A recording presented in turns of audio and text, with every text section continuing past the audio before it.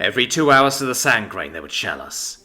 It was a matter of fact to everybody who had been at the front for longer than a few days that his tact could not be broken, not by attacking, not by falling back, not by striking the cannons with mages.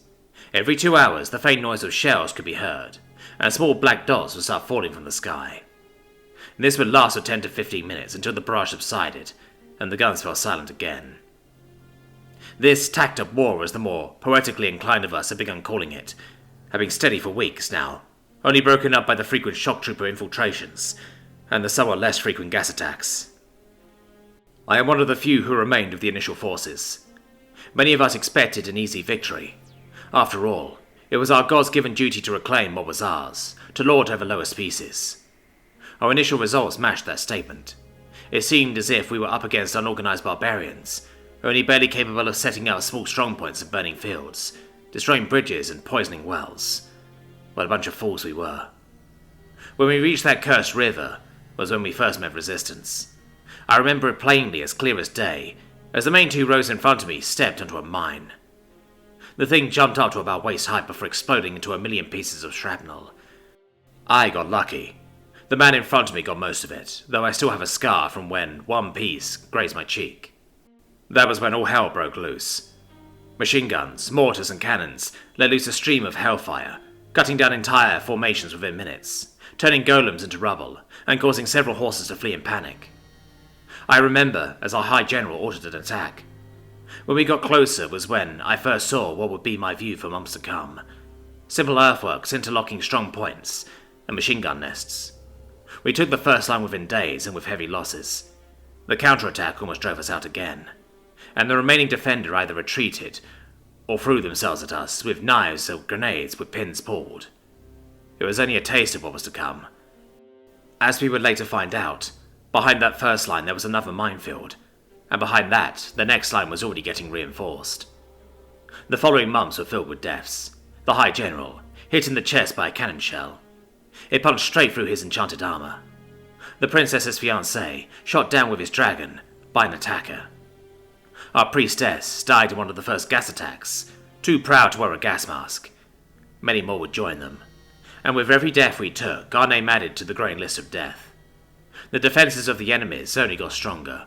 More machine guns, more cannons, bigger artillery, the whole palette. Now, once green fields had turned into wasteland, a picture straight out of hell. Uprooted trees and shell craters littered the ground. Among them lay dead or parts of them. The stench alone is revolting. Today the princess arrived, demanding to see the general, to tell him that he has been relieved of duty for his inability to keep enemy bombers away from our homes. The look of anger when we told her that he had died told us that the couriers had deserted when they had the chance. Lucky bastards. After that she demanded to see her fiancé. When we told her what happened to him, her anger turned into fury, and she began marching towards the front lines. "This is the daughter of your rightful ruler speaking. You have killed my love," she called, not seeing the humans as worthy to know her name. "Surrender before dawn, or I will have every last one of you killed," she called over no man's land, with a magically enhanced voice. Of course the other side replied, as the other side sent a hail of machine gun fire our way. Luckily, somebody managed to drag the princess into one of the trenches, but that only seemed to enrage her further. "Prepare your troops to attack," she barked to our commanding officer, as she stormed off to stew somewhere. I was woken up by the shelling. Explosions and screams filled the air. For 10 minutes I sat there and listened to the orchestra of death the Republic had created. Once the guns fell silent again, I went back to sleep. I woke not an hour later to explosions.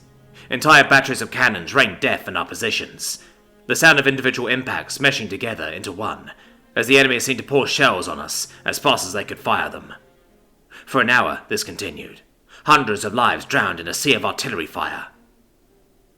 When the guns fell silent, I looked over the top of the trench into the night illuminated by flares, and saw hundreds of troops charging across no man's land, while dozens of armored vehicles advanced in tight formation. Above us, I could hear the horrible screeching of dive bombers lining up their attack run, and smelled the faint smell of mustard in the air, as I gripped my blade and began muttering silent prayers to the gods that, in that moment, seemed to have abandoned elvenkind.